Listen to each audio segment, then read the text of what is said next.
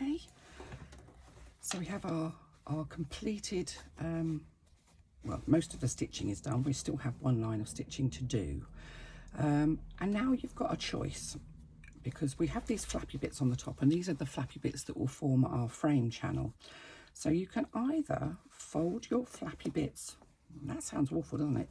Fold these frame channels out so that you get the contrast of your lining fabric showing on the outside. And all we're doing is we're folding them over so that the top edge meets that line, meets that seam where we've kind of opened up at the sides.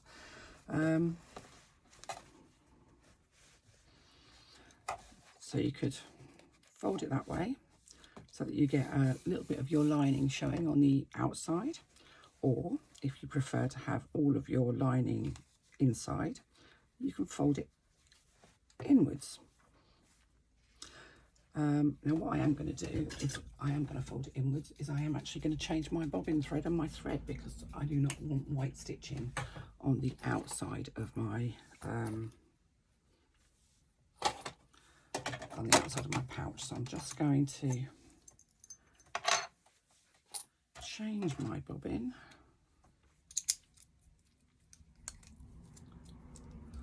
to a more appropriate colour, and I will find some thread that will do, a more appropriate colour, and thread my machine up. So you can choose whether you want it so that you can see the lining, or whether you don't. It's really very much up to you.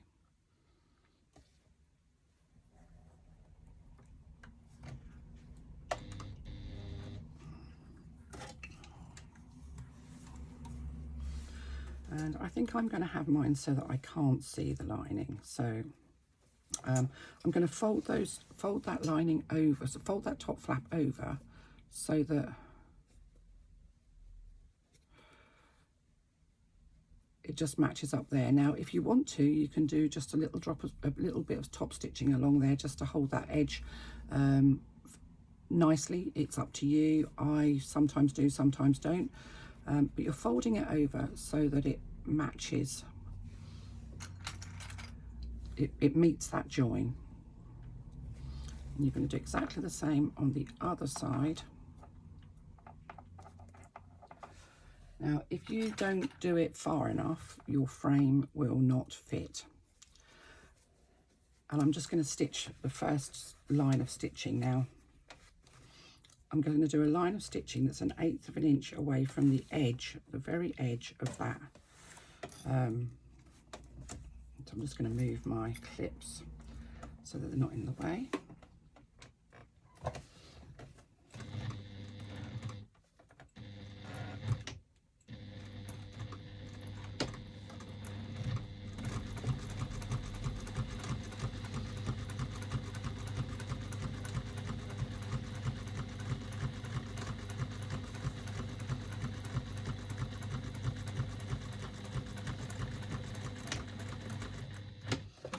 Couple of back stitches at the beginning and the end just to secure your stitching.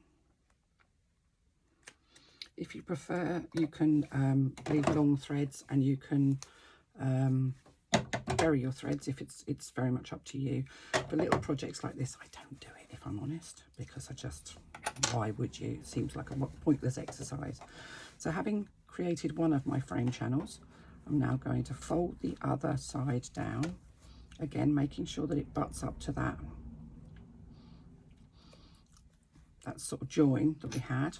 I'm going to put my clip on the top this time rather than sticking it at the side, because that's not ideal. I'm just going to use my pokey tool to make sure that everything is where it needs to be. And again, making sure that everything else is out of the way, I'm going to stitch along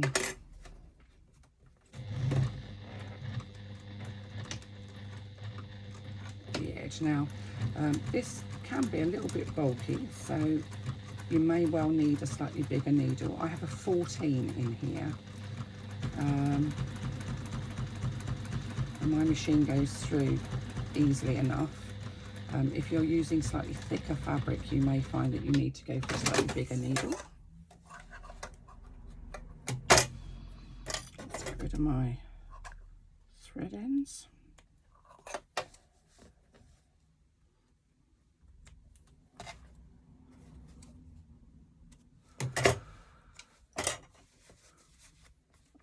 And there we have our frame channels. So now you're going to need a pair of pliers and your frame. Now your frame comes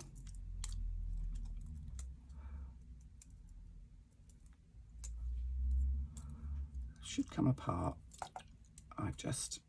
There we go.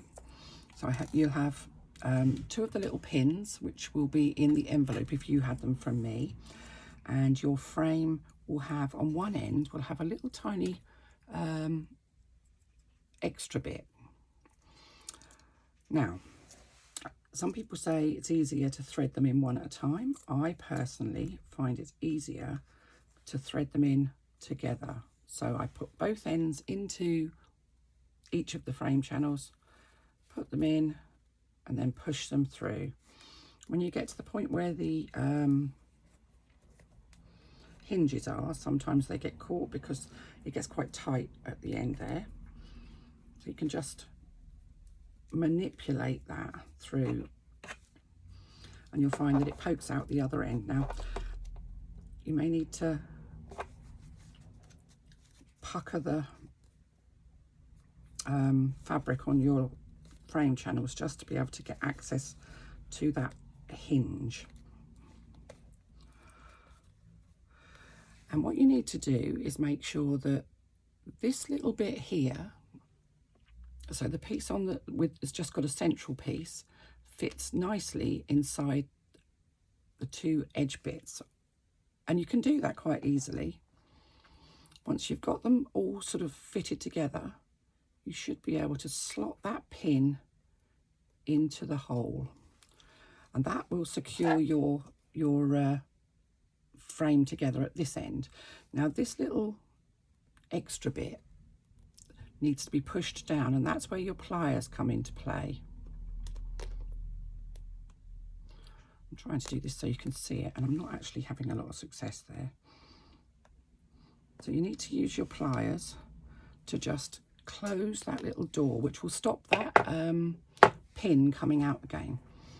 Once you've got that all closed and in place, you can just fidget it around, and you will see the ends of your frame, and that's what they're supposed to do. But there you go, one little clippy purse. How cool is that, and how easy is that? And you'll find that your lining sits in there perfectly. It doesn't pucker up because it's been shaped. You can push it down with your pokey tool, but the lining sits nicely inside. It doesn't pucker up. And these are fabulous. You can put a Christmas tree decoration or whatever you want on the front. You could even pop a little thingy and hang them on the tree to put Christmas decorations in. I've seen on Pinterest and those sort of places where people have put numbers on the front and hung them up and use them as advent calendars. So yeah, whatever you want to put in them, so they fit a mask in perfectly. Chocolates, sweeties, small gifts and presents. You could even, you can put sewing bits and pieces in them, so you could put threads and store threads and stuff like that. Clips, whatever you want really. They're just really useful, and I just think they're really cool and they're great fun to do. So that's your Snapdragon pouch completed.